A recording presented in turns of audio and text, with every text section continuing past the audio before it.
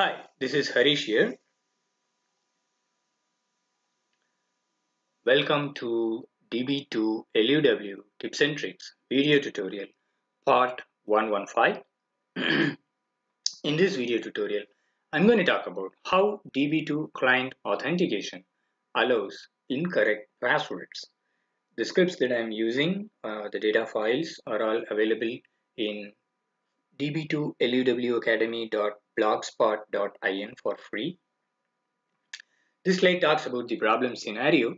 The problem scenario is we want to demonstrate how DB2 client authentication allows incorrect passwords to be supplied. So, sorry about that. Now, the scenario that I'm discussing is not applicable for server authentication scheme. So, if you use DB2 update DBMCFG authentication parameter as server, so server-based authentication schemes, that's not what I'm talking about. So I'm talking about client authentication scheme. So wherein you set the authentication DBM CFG parameter to client. And when you use such a scheme, it's usually not suggested to use it. Uh, Knowledge Center is clear, very explicitly mentioned that do not use client authentication system or client authentication scheme. They are explicitly mentioning it. And the thing is, you do not need any username and password. So when you go for client authentication scheme, so anybody can install some DB2 client or from a remote machine, as long as they have if it is a non-restrictive database, and you can just go and uh, activate or connect the database without even using username and password, which is fine. But the question that I'm raising here is, if you supply a username to the command, then along with it, you must specify a valid password. You cannot specify invalid password there, right? That is the thing that I'm raising the issue here. You can see that the connect, attach, backup. So various kind of commands are there. So you can connect to database, or you can attach to an instance, or you can take backup of the database. These commands accepts only valid passwords. Only the activation and deactivation commands accepts invalid passwords. So this is a issue with the consistency of the command execution, right? And it could be a minor security glitch too, but are there any valid reasons? I do not see any valid reasons for such behavior. The activation and deactivation can be done without giving any username. I don't have any issue with that. But if you provide a username, you should provide a valid password. You should not accept an invalid password. See, the client authentication means the authentication is happening at the client side. It has to be a valid authentication model. It cannot be just invalid, right? So let's see in action. So as usual, I'll be giving demonstrations. So here what I'm doing is, in my Windows machine is the DB2 server. So I have started the instance.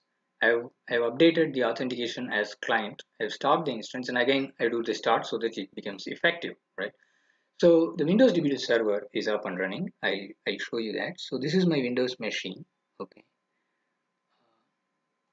Okay, so this is the Windows machine. So here you can see the DB2 start has been successful and the authentication is set to client, right? So this is all done. Okay, the server is up and running. Okay, now let's go to the virtual machine. So the virtual machine is like a remote machine. Okay, I'm using the client instance DB2 inst3. So I'll show you that whether I'm using the client instance. So I can show you like that. So node type client. So inst3 is a client machine. Okay. Now I have already cataloged this TCP/IP node Windows remote, the IP address of the Windows machine and the port number. Okay, and I have cataloged the database as well. Okay, so we can check those things using the command db2 list node directory. So you can see that it is already cataloged, and you can say list db directory. Okay, so jam is the database name, remote database, so you can see that. okay, in the node windows. Okay, so far so good. Now I'll also terminate, connect to jam, connect reset, attach to windows, detach. So this is just to show you that you really don't need any username and password, because you are in the client kind of authentication system. You can just directly do it, no issues at all. And it is a unrestricted database, so it is open for public. Okay, so far so good. So the connection is possible without username and password. Attachment to the instance is possible without username and password. So I don't have issues with that. Okay, now look at what happens. Next step. So we'll connect to the database jam. Okay, I'm passing a valid username and valid password, right? It connected and I did connect reset. Then what I do is connect to the same database using the password.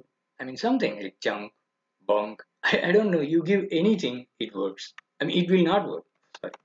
So voodoo, black magic, it doesn't allow you, right? Okay. So the connect did not allow me, which is correct, right? Then you do the same thing with the attachments, right? And I'll do one more thing. I'll say DB2 terminate. So let me just terminate the background process.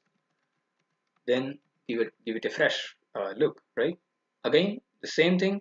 So you cannot pass incorrect things. So I'll say DB2 terminate again, and I'll also try to attach it with our voodoo black magic. It won't attach. Yes, obviously, right? Because I cannot send incorrect password, right? Okay, now watch what happens with activation and deactivation. Okay, the first step, activation, it got successfully activated and it got successfully deactivated too, right? Okay, so again let us terminate. Okay, done. So those are like by giving correct things, right? Now watch this, what happens here. This is the important thing. So I should terminate. I kill the background process. So it's a new background process now. I just give something, chunk. It activates the database, right? I'll show you on the server side. So let's go to, okay, let's go to the server. Okay, we are in this command prompt. Okay, let's come here. DB2 list active databases. It is activated.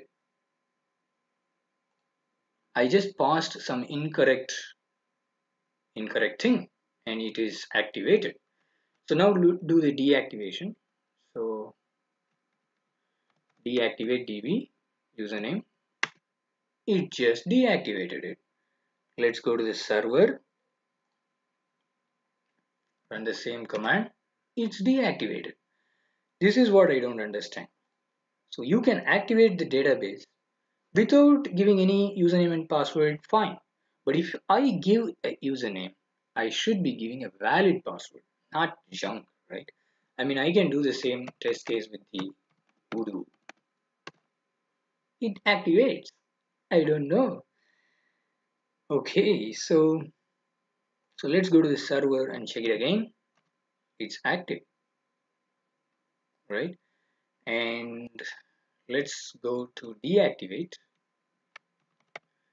And I don't need to send the same voodoo, right? I can send India. It just does it. I don't know why. Okay, so let's just look into that. Done. Deactivated. So it completely, the activation and deactivation takes the username into consideration, but it doesn't take the password that you're sending it. But whereas a connect request, so let's terminate. Whereas a connect request, let's connect. Uh,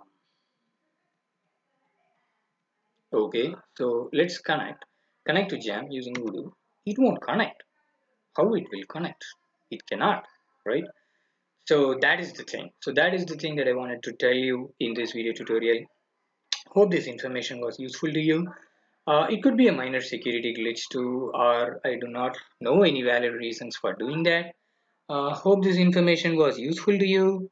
Uh, that's it. See you in the next video tutorial. Until then, bye bye.